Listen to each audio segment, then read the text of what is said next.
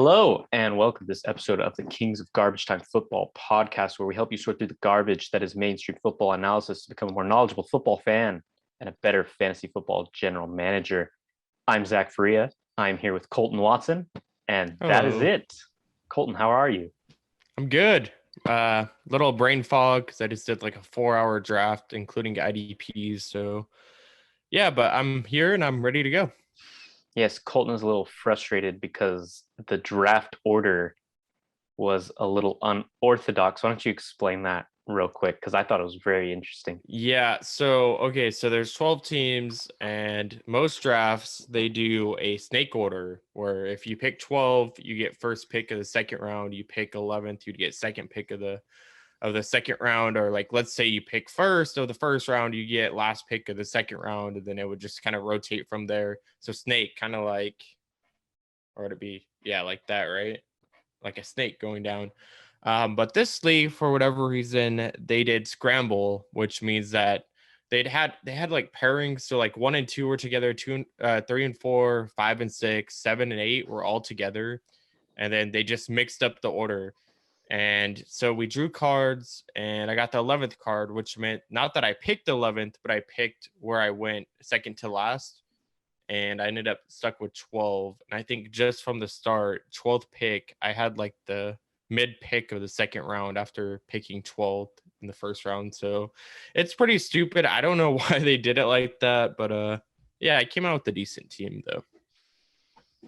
Yeah, I thought that was very interesting. Also, it was an IDP league, And it's which a is something. $400 buy-in. So I don't know why they do scramble order for a $400 buy-in, but Yeah.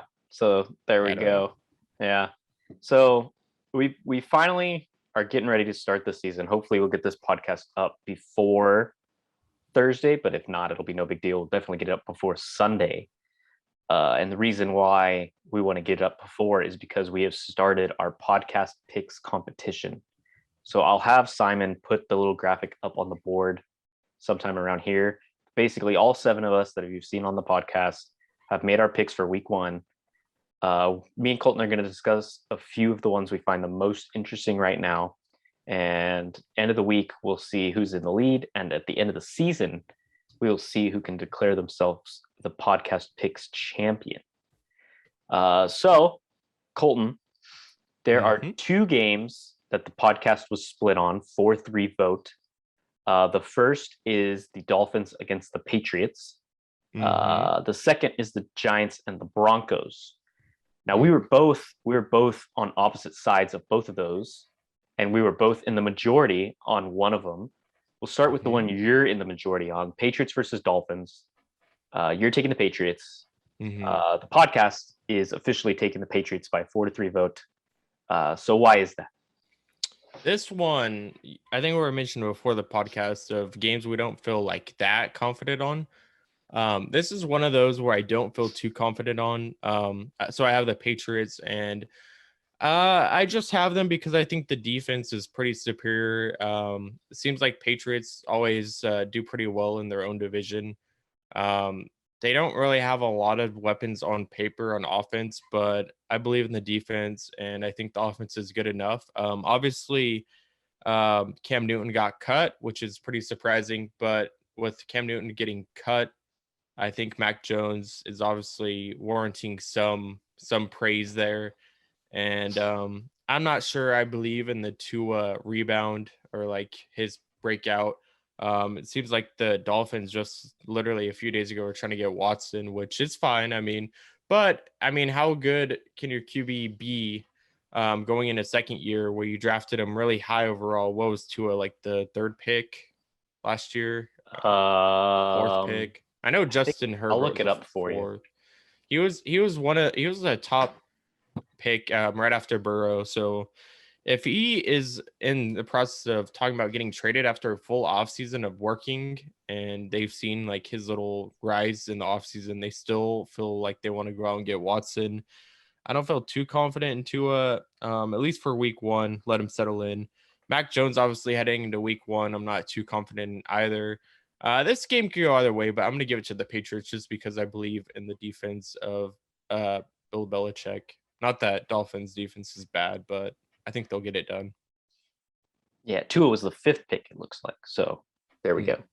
Okay. So I'm on the Dolphins for this one. I think if Cam Newton were still there, I liked how he performed in the preseason. I would have put them number one. I think Mac Jones being a rookie kind of makes it a little more difficult, especially against the Dolphins after they forced the most turnovers in the league last year.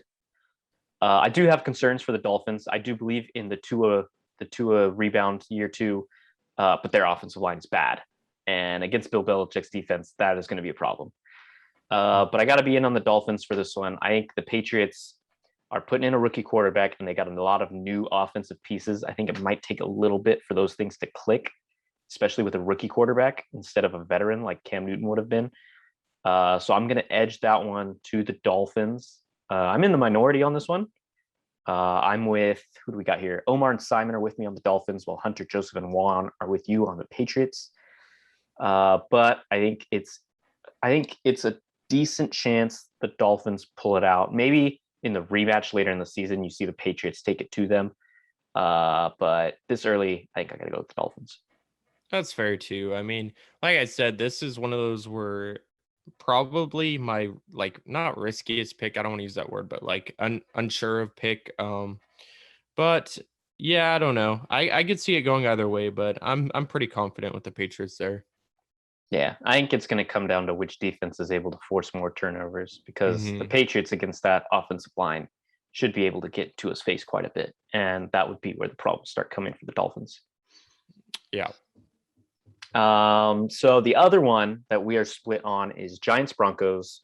I'm in the majority with Simon, Joseph, and Juan on the Giants. You are with Omar and Hunter on the Broncos. I've made it clear that I'm down on Teddy Bridgewater. I've also made it clear, I think, at the first podcast of the year, that I was picking the Giants to win the division. So my stance is pretty clear. Why don't you explain why you've got the Broncos over the Giants, and why it's probably because of Daniel Jones? Yeah, I mean, you kind of said it. All off season though, I mean, what good things have come out about the Giants at all? It's literally like this whole off season has been like there's fights at practice. Coaches coming out and saying this team's like acting or like performing badly, and this like literally like before the season, like how are they performing badly in practice? Like if you're performing bad in practice, like I don't know. I know they were like a decent team for the East, NFC East, but like that whole division's just kind of bad. Um, Cowboys look pretty interesting this year, I guess, if their defense can hold up. I know they invested a lot into it. But as far as this game goes, I mean, I don't love Bridgewater, but I don't hate Bridgewater. I feel like as a game controller, they probably have a higher chance to win with Bridgewater than they do Drew Lock. If the team that they're facing is bad. I feel like Bridgewater is less likely to lose them the game. The defense of the Broncos should expose the Giants. Saquon, I mean, I own him in a lot of leagues, but I don't know if he'll be like fully 100% week one. I think if you're a fantasy owner, you still start him though, but I don't know like if he's ready to go from week one. I don't know if he'll settle into the season more until probably week 3 or 4. But again, Saquon can't really carry the offense. We saw Saquon in his best year, his rookie year, and they still lost a bunch of games. So having that one player, Galladay, I'm not sure of. I like Galladay, but there's been nothing about him coming out of camp. There's been nothing good about Daniel Jones. That whole offense is kind of bad. And the defense of the Giants is decent, but I don't think they'll do enough to where it can carry them. I think Broncos will still be able to score. I like Sutton. I like Judy. I like Fant. I like Javonte Williams and Gordon. So there's a lot to love on the Broncos offense besides QB, although QB is a huge part of it. But other than that, I think with all that combined, better defense and kind of comparable offense, I think I'm pretty confident going Broncos here. Yep. And I'm on the Giants because I like their defense. I don't know that it's better than the Broncos defense, but it's a really good defense. And I think the problem lies with one defense is going against Teddy Bridgewater, and the other one is going against the Giants. Daniel Jones has the ceiling to win this game. The question is if he's going to reach that ceiling. I know Teddy Bridgewater is not going to win the game for the Broncos. Their defense is going to win the game for the Broncos. And so if I'm going to ride with the Giants winning the division, I got to ride with him here. This is a game they got to win. You have to beat a Teddy Bridgewater led team to be able to go to the playoffs, in my view. And I think they can do it. It sounds like Saquon Barkley is going to be 100%. I don't know if that's just bluster. Yeah, I hope so. But if he is, that's huge. I believe in the receiving weapons, at least for this week. Maybe Golladay and Sterling Shepard are not the most durable receivers. Later in the season, that could be a problem. But I think this week, you'll have them going full go. And I just got to be in on Daniel Jones. I'm going to believe in, what is this? Is this his third year already, or is it fourth? Third? I'm hoping, if it's third year, I'm hoping for that third year jump that you usually see from quarterbacks. And it's got to be this year. And this is going to be a tough test for him against the Broncos. But he should be able to do enough to win this game. I think the big thing is going to be he can't turn the ball over like he has over the past. And I mean, we've seen like that year 3 jump from QBs like Baker Mayfield.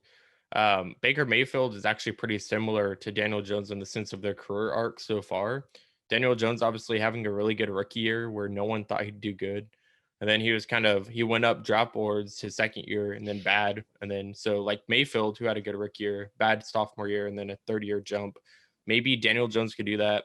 And then speaking, just to add on a little bit, not to help you too much, but I think Daniel Jones, if he continues to like expand his QB game by rushing, I think it could open up a lot. I know Daniel Jones had that funny like tripping thing that he had last year where he ran like 60 yards, then tripped before the end zone. But he did get 60 yards. Yeah, he did. And in the preseason, I think he had a rushing TD. So, and that was like a 25, 30-yard rushing TD, I think. So if he can run, that would open up a bunch for their offense, receivers for Saquon. So that little rushing element, if he wants to do that, would be huge, I think. Yeah, I'm basically thinking this is a game that the Giants defense can hold the Broncos to under 20 points. I think Daniel Jones, you got to get 24, 27 points, something like that. And I think they should be able to get that if they're going to play close to what his ceiling should be. If not, then when we have our week 1 overreactions episode, I will reevaluate my Giants take. But I think that's Daniel Jones is probably better than Bridgewater. So he certainly has the higher ceiling. I think the turnovers are the big thing. Just like with Drew Lock, with why they went with Teddy over Drew Lock was probably the turnovers. Mm-hmm. The same as Daniel Jones. I believe I heard today he had 39 turnovers over the past 2 seasons. Wow. That's brutal. So you got to bring those numbers down, especially against the defenses. He has a huge fumbling problem, I think. Yes. Like golf. Very much so. Yep. Yeah. So the two of us are only different on 2 more picks this week. One is Cardinals Titans, where I am the only one picking the Cardinals out of the 7 of us. And the other is Raiders Ravens, where I join our Raiders fan Omar in picking the Raiders. Real quick, just on Raiders Ravens, I don't have much to say on it. I'm just a believer in this Raiders team as a playoff contender.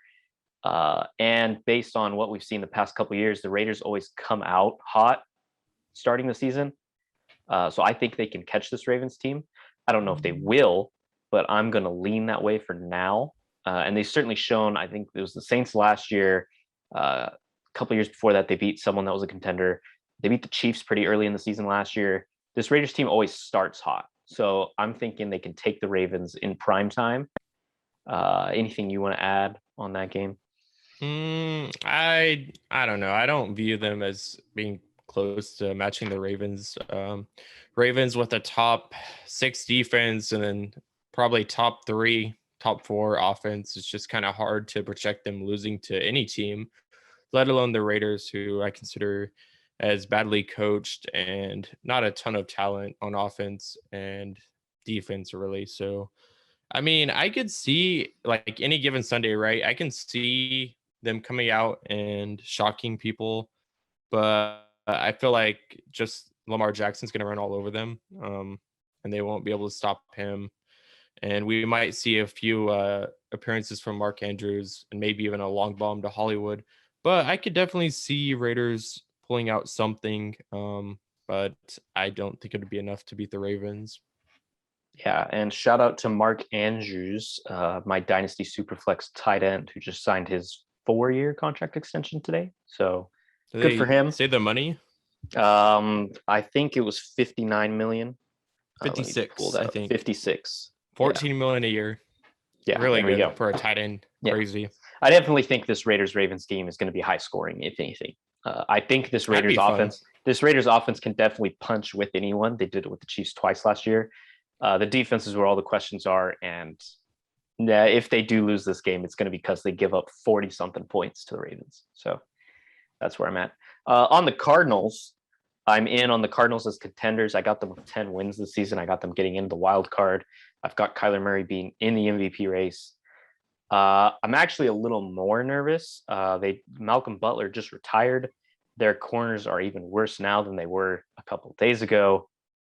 That's going to be a problem, but I'm going to stick with it. I'm going to stick with the Cardinals. I think their offense could also punch with anyone as long as Kyler Murray is healthy. And I think maybe they catch the Titans slipping here against a team they think they can just steamroll offensively. That's the key matchup for me, is just if the Titans defense can weather the storm with the Cardinals offense. See this a lot, obviously, as a Rams fan.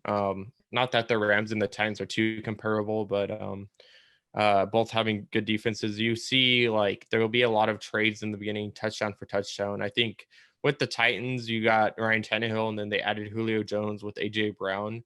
So that two right there, and then you add in Derrick Henry getting like 1,700 rushing yards a year. It's like, I think this should be a pretty solid win for the Titans. Only way I can see Cardinals winning this is if somehow the Cardinals defense can put it together for the first time since Cliff Kingsbury was hired. I don't know. They keep investing there, but obviously adding JJ Watt and a few other pieces. But I don't know if the offense can just continue to score against a really good Titans defense, because eventually I think when it comes down to it, the defense wins out in the end.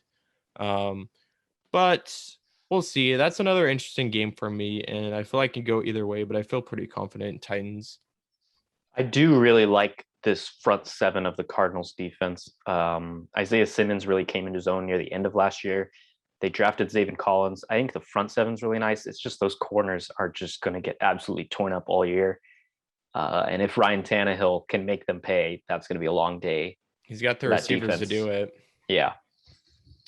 So as a podcast, we were unanimous on 4 games. We are all on the Bills over the Steelers, the Niners over the Lions, the Packers over the Saints, and the Rams over the Bears. So of those 4, which one do you think is most likely that all 7 of us are going to miss? I'll let you take this first, because that's an interesting question. I am torn here. I think the Lions are not on the Niners level. I think the Bears are not on the Rams level. The other 2 are the big question marks. I think if we see the Steelers from last year, near the end of last year, the Bills are going to romp. But I don't know that we're going to see those Steelers. Ben Roethlisberger looked good in his first preseason game. I think you could see something where Roethlisberger looks really good over the first half of the season and he starts to fall apart again. If that's the case, I think the Steelers could take the Buffalo Bills. As for Packers Saints, I just really don't know what Jameis Winston is going to look like leading this offense. That is the big concern. This Packers defense is not one of the best in the league, but it's pretty decent and it'll sneak up on you. And if we see a Jameis like we saw against Tampa Bay, or when he was with Tampa Bay, then that's going to be a problem for the Saints. It'll be a long day for them because this Packers offense is going to push that defense. So I would say I think we see a more disciplined Jameis to at least start the year. Maybe that starts to fall apart as the season goes on. I'm going to say we see a healthy Big Ben in the first week of the season, and they're going to push the Bills to the brink. I still have the Bills winning it, obviously, but I think if one of those 4 is likely to be wrong, it would be Steelers Bills. And I tend to agree with that. Just going with the 2 choices that we kind of thought most logical, Packers Saints. I just think that the Packers at this point probably have the better defense than the Saints, and their offense is obviously better. Saints look really good on paper, but like they have no receivers really. They have Callaway, and then it's like nobody. Do they have Sanders No, still? Emmanuel Sanders is on the Bills now. So yeah, I'm not really confident. I mean, Jameis can find people to throw to, especially defenders. So I don't think it'll be too much of an issue. But like I said, on paper, they just have Alvin Kamara really on offense. So I guess if Kamara has a huge game, they can keep it in it. Then Jameis can sometimes pull magic out of a hat. But yeah, I think realistically, Steelers Bills is the one that we could be wrong on the most. I just think Steelers on paper are really good, and like how you mentioned, you brought up a really good point. Until Big Ben kind of falls apart, how he always does at the end of seasons. The beginning of seasons, he starts off pretty on fire, and obviously Juju back. Juju, I'm not a huge fan of, but Juju could operate as the wide receiver 3, which is crazy. So if Juju's your wide receiver 3, you're in a really good spot. Freiermuth looked really good in preseason. So honestly, and Najee. So like that whole offense is really good. O-line is so, but it's good enough to where Najee can get some holes and it can hold up a little bit for the 3 wide receivers who could finish as wide receiver ones. Any 3 of them could. So yeah, they just have so many weapons, and then the defense is obviously elite. But when you look at the Bills, Josh Allen is like a game breaker. Then you obviously got decent pair of running backs, and then Diggs. So I think Bills, I'm still confident in. But now that I actually like broke it down, I mean, I think Steelers have a pretty good chance of upsetting. Yep. All right. A couple more questions on the picks here. We do have to talk about the Thursday night game. So hopefully we get this up before the game starts. But if not, it'll be fun to go and watch it back. But Bucs Cowboys, 6 of the 7 of us are on the Bucs. The only one that is not is Joseph, who's a Cowboys fan. And credit to him, he is confident enough that he bet Bet 50. money, yeah, with Simon, who is our Buccaneers fan. So he's not. It's not just bluster. He is willing to put money on it. But I think we're both in agreement here that the Bucs take this one pretty easily. Yeah. Yeah. Bucks defense. I saw him shut down Mahomes and the Chiefs in the Super Bowl. So I think they could definitely shut down the Cowboys. And if they shut down the offense, there's literally no hope. I own Dak Prescott in a few leagues, especially in the ESPN we just did. And I'm feeling kind of nervous about him week 1 against that offense. So, but Joseph, he has enough confidence for all of us. So yeah, I don't know. I mean, they do have the like offense to like change the game.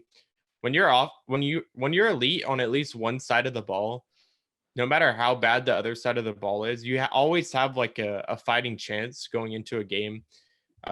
Just unfortunately, the Bucks are elite on both sides of the ball, so it's hard to like picture that, because then if they're elite on both sides of the ball, you kind of have to. It comes down to the Cowboys offense stopping that Bucks or Cowboys defense stopping the Bucks offense, and it just seems like very unlikely.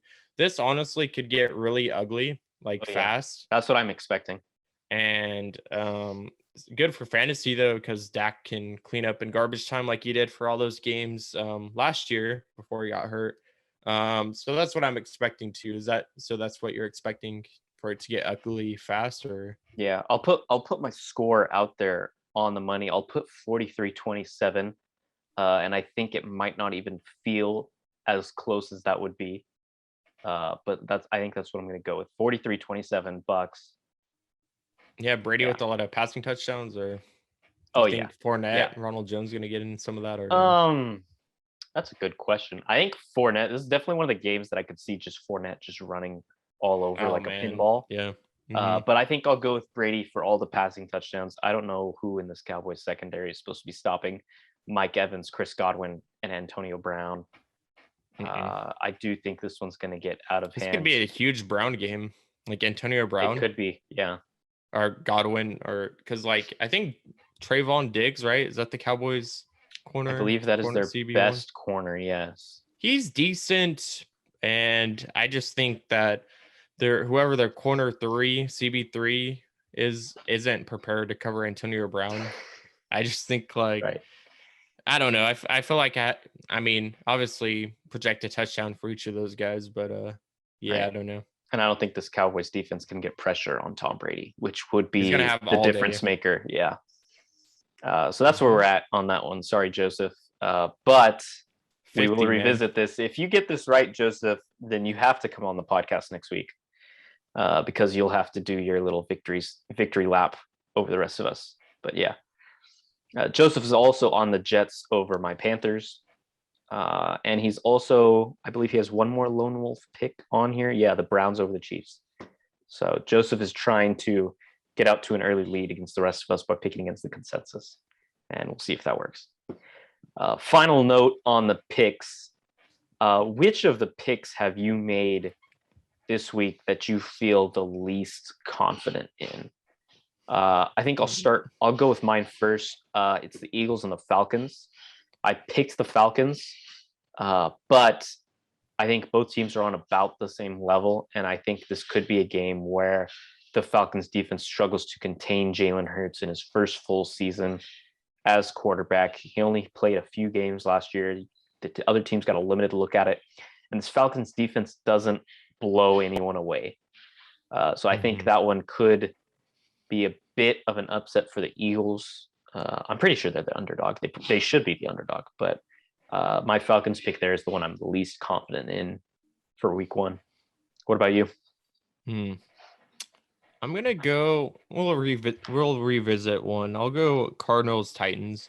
Just how we're mentioning elite offenses, and then I think the Cardinals defense is not great, but it's not as bad as it should be in the past. Like I said, they made a lot of changes there. You like their front seven, their corners are pretty good. Safety, I think they have Buda Baker, right? And he's one of the top safeties in the league.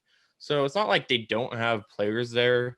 I think if they can stymie the run with Henry, and their secondary is decent enough to where they can make it so some of the drives get stymied, and their offense is obviously going to score points. So not that I think Cardinals will win, but I think there could be a semi upset there if, at that position. I don't even know what the betting odds are. I would assume Titans are favorites, but let's go ahead and pull that up. I would also don't assume think that it'd they're be the that favorites. crazy. I know Cardinals are hyped like every year, so I wouldn't be surprised to see them pretty close. Let's see what we got here. Let's go to FanDuel.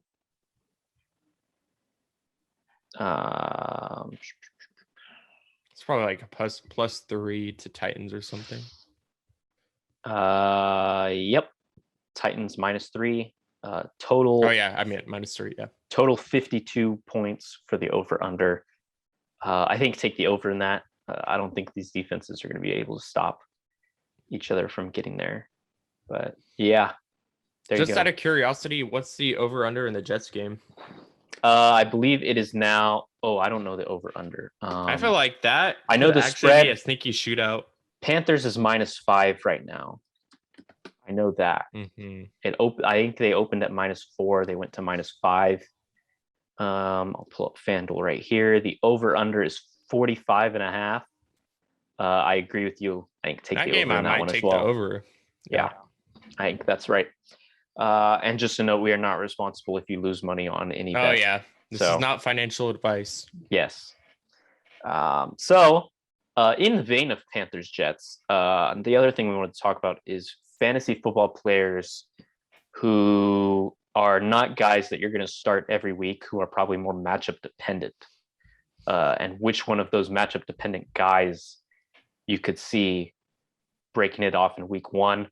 I used as an example Terrace Marshall, who we will see later in the season if he's a guy you should automatically start at your flex.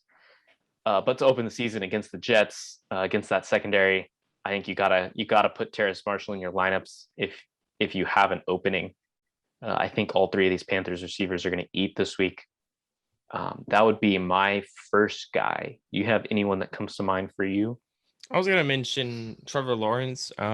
He's not like an unknown guy, but he's a guy where you're probably not starting him as your main QB. unless you're a huge believer in him or you own him in Superflex, which is kind of a different situation. Dynasty, you might be starting him, but redraft, you shouldn't be starting Trevor Lawrence at least week 1. He should be your QB2.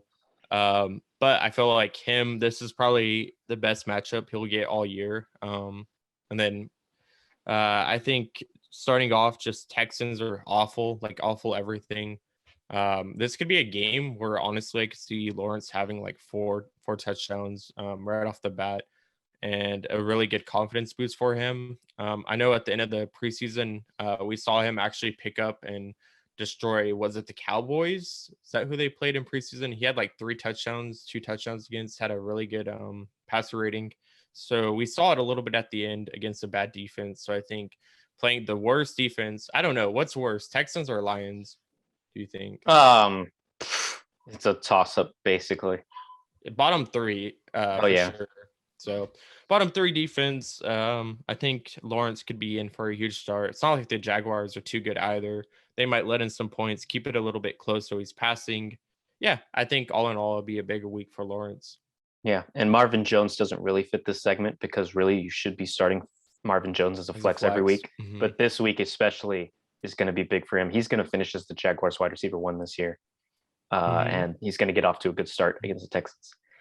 Speaking of Lions, I would also say Trey Sermon is a guy you should probably start this week. I know there's a little hesitancy with it being a split backfield, with Raheem Mostert looking to start the season as the guy, and Trey Sermon being a rookie. But the Niners are going to get up on the Lions early, and Trey Sermon's going to have an opportunity to eat, especially in the fourth quarter of that game as they close it out. I do own Trey Sermon in our Superflex Dynasty League. I am still wrestling with if I should start him because my flexes are pretty good. But I'm definitely considering it because this is a great matchup for him. Mm-hmm. And then just throw in a quick one that I saw. If you're kind of hurting on RB, this might be a week where you want to start someone like Sony Michel. I know Henderson should be that guy, but I feel like if Rams get up on the Bears pretty quickly, I feel like Michel could steal a few touchdowns, maybe from Henderson, maybe like 1, and then maybe get a few receptions to put together a double-digit week. If you're hurting there, you might get some value from doing that. Anything else you see? I'm trying to convince myself to name a Colts player because I think they're going to get down to the Seahawks quite a bit. Hines could be pretty decent. That is exactly the one I'm thinking of. I am a little worried because I know Carson Wentz does not throw to the running back as much. So even I cannot confidently tell people to go start Nyheim Hines this week. But if you're in a pinch, Nyheim Hines is usually always a very good flex player. I've had to rely on him in the past. You could do worse than Nyheim Hines, but I just can't bring myself to do it. I got to see what the Colts offense looks like. Pascal is another one where if we want to bring up names, isn't T.Y. Hilton hurt? Yes. So Michael Pittman should get the treatment. He'll be the number 1 guy. Yeah, he's operating as the 1. So Carson Wentz got to throw to somebody, and I think Pascal could be that guy where he has a sneaky double-digit week. So he's definitely flexible this week. You might not like it. It might not be the sexiest thing you can do. But if you're hurting there for some reason, maybe you're in a trash dynasty team or something, like I am in the super flex because I'm rebuilding, you can maybe start and flex Pascal there, not feel too bad this week. Yeah. And going back to Steelers Bills, let's also throw Emmanuel Sanders in there. The Bills are not going to run the ball that much all year, especially in a close game like the Steelers one we think might be. Cole Beasley is pretty known to be an automatic PPR starter at this point. Stephon Diggs is obviously going to be in your starting lineup every week that he's healthy. Emmanuel Sanders this week could have a big week. He's their wide receiver 3, and the wide receiver 3 on the Bills is a perfectly fine fantasy starter, especially against a team like the Steelers. And he might operate as a 2. Because if you think about it, no tight end really, and then Gabriel Davis, I'm not sure he plays a factor with Emmanuel Sanders there. And then you think about it, they could have just threw it a big Beasley last year because they really didn't have anyone besides Diggs. So I think Emmanuel Sanders being a legit number 2 receiver could steal some of Beasley's work. Not that they operate in the same field, but just if we're talking about position of targets, I think if Sanders is open, Allen's going to get him the ball. Yeah, I could definitely see Cole Beasley finishing with 8, 9, 10 receptions in this game, and Emmanuel Sanders getting a touchdown, getting 6 or so catches. Like he 5 can, for 50 and a touchdown or yeah, something. he can easily get you that, and probably even more this week. If the Steelers are going to keep pace with the Bills. If it's a shootout, definitely. Absolutely. So final question of the podcast, one we've been considering doing for a couple weeks. We're going to do it now because I think it's a good thing to keep in mind, even if none of these players happen to fulfill it. It's a good thing to keep in mind going into week one is players that you should sell high on if they break out in week one. The example I used is a player that I own in our dynasty league, AJ Green. I am a bit of a believer in AJ Green this year. I'm not going to sell him for cheap if he does break out in week one, but I'm definitely going to be looking at offers just based on what we saw from him last season, and this could be the end of the ride for him. But I think he has an opportunity to establish himself in week one against the Titans defense with a good performance, a good stat line. And you could have people breaking down your door because they think AJ Green is back and they want a piece of that. I definitely think if AJ Green lights up against the Titans, you should consider moving him for what you can get in return. Colton. That's fair. This one might come as a surprise because he's a good receiver, but he's a little aging. This is more just if you're non-competing or you don't think you compete this year, even if you're not rebuild, if you just want to get rid of him. I think if Julio Jones comes out and has a big week one, you can consider moving him for first if someone offers that, because then they'll think he's back on track. But I'm kind of off of Julio and Dynasty. I think unless you're like super competing, that he really isn't worth owning. So we have a few teams that I know. I think Jacob still owns him in the Dynasty. I don't know if anyone would give him a first, but if you're in another league and you're not really too competing, if Julio Jones comes out week one, has a huge week, you can sell him for a first and be done with them.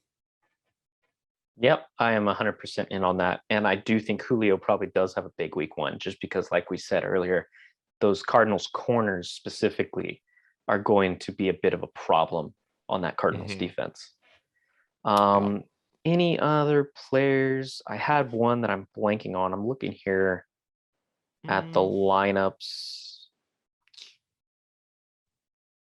I definitely think any Saints receiver that is not Marquez Callaway would be a candidate for this. I think Callaway is going to end up being this number one receiver. I think if Traquan Smith comes out and has a big week one, you should probably consider trading him because I think he's going to be a big boomer bust player every week, similar to Marquez Valdez-Scantling on the Packers. That would be another one I would consider moving. Jameis Winston in a super flex, I think could be decent because I mean, if people see him put up like 30, 40 points week one, he's still young enough to where it could be argued that, you know, he could rebound, but I really just don't believe in him long term. I think Taysom Hill is eventually going to take over as a starter. So if Winston, for whatever reason, has a big week one, I would consider moving him. Yep.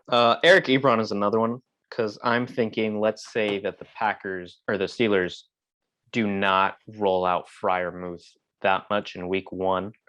They kind of ease him in the offense. If Ebron has a big performance, you will definitely have some tight end desperate teams in your league that could come calling. That would be another one I would try to move. I tried to move him all off season.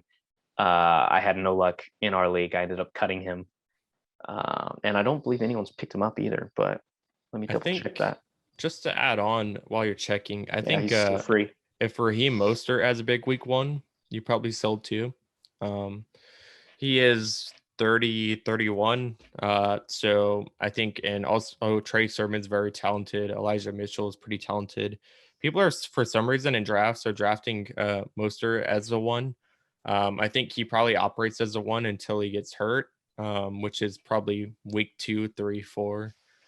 So at that age, if he has a big week one and you can get significant stuff for him, I would move him, especially Possibly even in a redraft if you're a big Sermon believer, because in a redraft you could obviously get more realistically than you could in a dynasty, but it just depends on your league, I guess, at that point.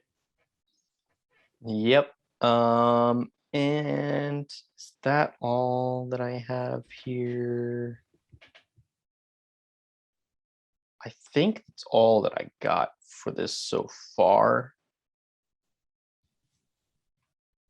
You know what? We'll say Brandon Cooks as well. I think is a guy that you need to monitor.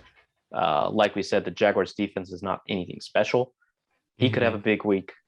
He could really have like 200 yards. Yeah. I know Joseph was trying to move Brandon Cooks in our league all offseason, and I was heavily considering it. Is just that I am very concerned about this Texans offense, that I don't want to invest in Brandon Cooks. But if he comes out and lights it up week one, you could get someone to buy into the Cooks experience this year. I think that would be your best opportunity to move him in. I think you'd get good value for it. Yep, that's fair. I agree. And that's just something to keep in mind. Even if none of these players have a big week one, you always want to look for those kind of players that can come out week one, light it up, and that you can sell high on before they fall back to earth. Because there are a lot of week one overreactions. We will do our own week one overreactions podcast, somewhat ironically, after week one, but a lot of people do fall into the narratives. So you could definitely get a lot of value off of a guy that shouldn't be at the level that he performs in the first week of the season. Mm-hmm. All right. I think that's everything I have here. Do you have anything else you want to throw in to the podcast before we wrap it up? No, I feel pretty confident what we covered. Obviously, we're going to come back after this week, see what we got right, see what we got wrong, see if any of our big week one sells actually boomed, so you can sell. So a lot of stuff to monitor, but yeah, I'm excited.